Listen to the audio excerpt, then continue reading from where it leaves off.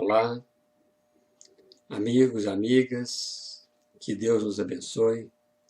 Estamos dando continuidade ao estudo de O Livro dos Espíritos e estamos estudando a sua terceira parte, capítulo 6 da Lei de Destruição.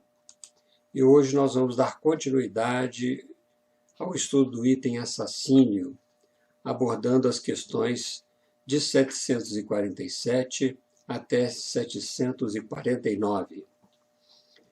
Na questão 747, Kardec pergunta: é sempre do mesmo grau a culpabilidade em todos os casos de assassínio? Já o temos dito, Deus é justo, julga mais pela intenção do que pelo fato. Vimos anteriormente que o assassínio, isto é, o ato de tirar a vida de outra pessoa, é crime aos olhos de Deus.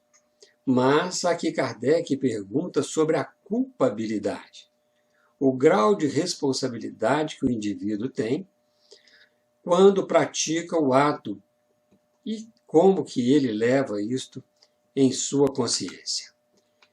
Aqui temos de fazer uma leitura mais ampla do ensinamento dos Espíritos, pois se Deus julga pela intenção, temos que observar, então, o interior da criatura, o seu mundo íntimo. Uma pessoa, por exemplo, pode tirar a vida de outra por um acidente, por uma imprudência, ou por legítima defesa, como nós vamos estudar, por um ato de reflexo da lei da conservação do indivíduo, sem ter tido prévia intenção de matar. Outros são obrigados a matar em uma guerra, defendendo ideias, ideais, ou então os policiais agindo em defesa da sociedade. Outros ainda cometem o assassínio para roubar, ou para não serem reconhecidos pelos que lhe viram em algum delito. E assim temos uma série de situações em que nós vamos vendo que os graus de culpabilidade são diferentes. Existem aqueles que planejam a morte do seu semelhante friamente, com a intenção de lhe tirar a vida por preconceito, por inveja, por ciúme, por vingança, ou mesmo por simples prazer, por maldade, como se via nos guetos, por exemplo, durante a Segunda Guerra Mundial, e que nós vemos essas cenas tristes nas leituras, nos cinemas, e que muitos espíritos ainda trazem essas impressões consigo no mundo espiritual, e ainda se vê em determinadas comunidades esse mesmo tipo de situação em culturas no mundo de hoje. Então, a culpabilidade é relativa. Depende de muitos fatores e não pode ser a mesma para todos os indivíduos. Mas continua sendo, aos olhos de Deus, um crime, embora haja atenuantes de acordo com as circunstâncias. Por isso, vemos, no texto, Deus é justo, pois conhece a intenção das criaturas, o mundo interior de cada um dos seus filhos, e não vai dar, entre aspas, a mesma punição para todos, independentemente da situação em que o crime foi cometido. Então, as leis divinas são justas, e a culpabilidade, então, é diferente em cada situação. Então, Kardec vai detalhar isso aí ao longo desses estudos em diante. Na questão 748, ele pergunta aos espíritos: em caso de legítima defesa, excusa Deus o assassínio? Olha aqui a pergunta. Os espíritos respondem: só a necessidade pode o excusar, mas desde que o agredido possa preservar a sua vida, sem atentar contra de seu agressor, deve fazê-lo. Veja que sabedoria de resposta. Precisamos nos lembrar que nós vivemos num mundo de provas e de expiações, onde a maioria dos espíritos encarnados, se não a totalidade, são imperfeitos. E sofremos ainda grande influência da matéria, caracterizado por este estado de imperfeição moral, que ainda nós nos encontramos. Aí o instinto de conservação atua com vigor para a manutenção da vida. Assim, a maioria que age por impulso em defesa da vida não contraria a lei de Deus, desde que não tenha tido desejo de matar, que esse desejo não tenha sido anterior, mas simplesmente um impulso da lei de conservação. Por isso, a escusa será pela necessidade de preservar a sua vida, mas isso tem que ter um exame de consciência, isso exige um exame de consciência. Então a gente poderia formular perguntas. Será que eu não tinha outra forma de agir? Será que eu tinha mesmo a necessidade de tirar a vida do outro? Não poderia me defender de outra forma? Não poderia prestar um serviço como Paulo prestou ao ladrão, aliás, Gesiel, desculpe, prestou ao ladrão que lhe roubava as coisas no porto de Jope? Será que nós podemos prestar um serviço ao invés de agredir pela lei, pela reação? Será que eu me deixei levar também pelo ódio, pelo ciúme, pela inveja, pelo preconceito e aproveitei essa oportunidade para me excusar diante das leis dos homens? Veja que coisa, como que a gente tem que analisar a nossa posição íntima, o nosso mundo interior. Será que eu não aproveitei, então, a oportunidade para descarregar o meu ódio, minha vingança, ou qualquer outra coisa, um ciúme qualquer? Então, isso tudo tem que fazer parte da nossa leitura de consciência. E o Espírito faz. Quando não faz encarnado, faz desencarnado. Então, isso fica tudo gravado na consciência. Como a lei está na consciência. Então, há sempre esta comparação quando em situação espiritual. E nós podemos fazer também como encarnados. Então, somente a consciência, o mundo interior do indivíduo, a sua mente, vamos dizer assim, é capaz de medir a sua culpabilidade.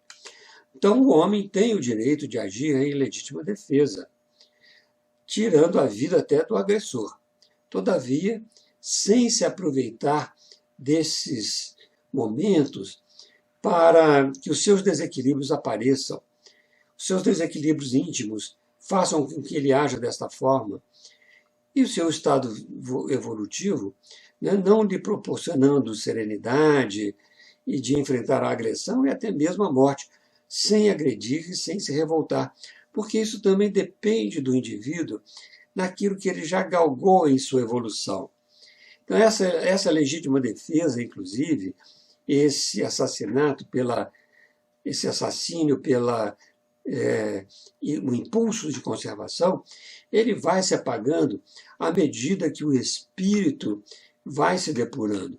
Temos alguns exemplos, por exemplo, Gandhi não se utilizou da violência, nem do assassínio, nem em legítima defesa ele agiu de forma alguma contra a violência dos que o perseguiram e assassinaram. Temos outros tantos exemplos que, se nós fôssemos listar, ficaríamos aqui um tempão, né? Só para listar esses exemplos daqueles que deram a sua vida pelo amor do outro, sem que agredisse o outro, mas eram espíritos bastante preparados para isso. Então, também tem até aquelas pessoas bastante obscuras, que nós não conhecemos, que já fazem isso de uma forma natural, que também procuram outros meios de não matar em legítima defesa, né, para a preservação de sua vida. Há casos interessantes em toda a literatura que a gente vê e que os nossos companheiros, né, mais adiantados nos contam, né, como eles reagiram em determinadas situações Aliás, reagiram não, agiram, porque a reação pode ser um impulso, mas a ação ela é pensada, ela é refletida, por isso, não tirando a vida daqueles que o agrediram. E lembramos então de Jesus, né? Que ameaçado, vilipendiado e até mesmo assassinado pelos homens, não teve qualquer reação de violência, de legítima defesa, mas de compaixão pelo amor que devotou a todos. Não é isso? Então, Kardec continua na questão 749. Tem o homem culpa dos assassínios que pratica durante a guerra? Não, quando constrangido pela força, mas é culpado das crueldades que cometa, sendo-lhe também levado em conta o sentimento de humanidade com que proceda.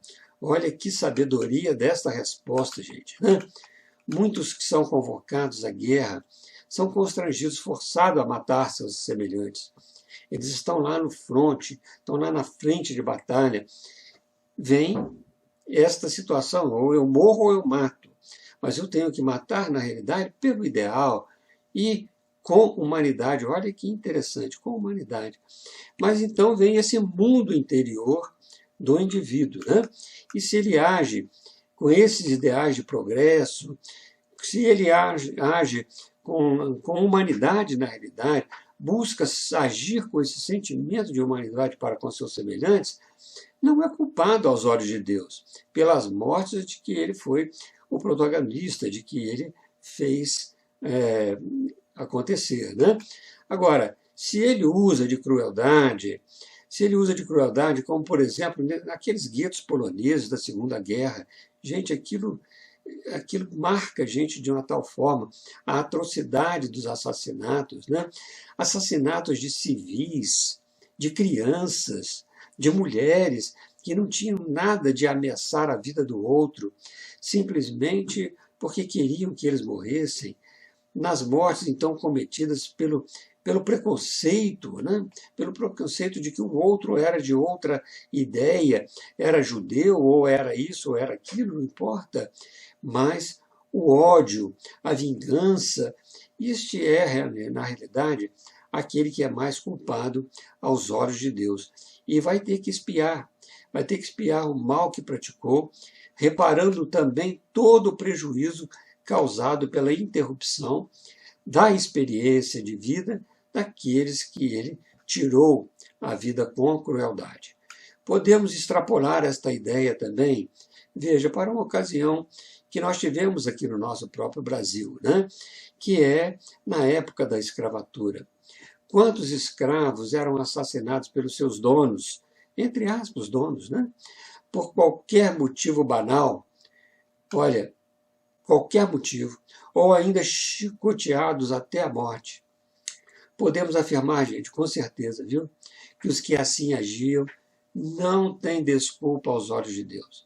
Não têm a excusa como os espíritos respondem, pois os seus sentimentos o condenam no tribunal da consciência.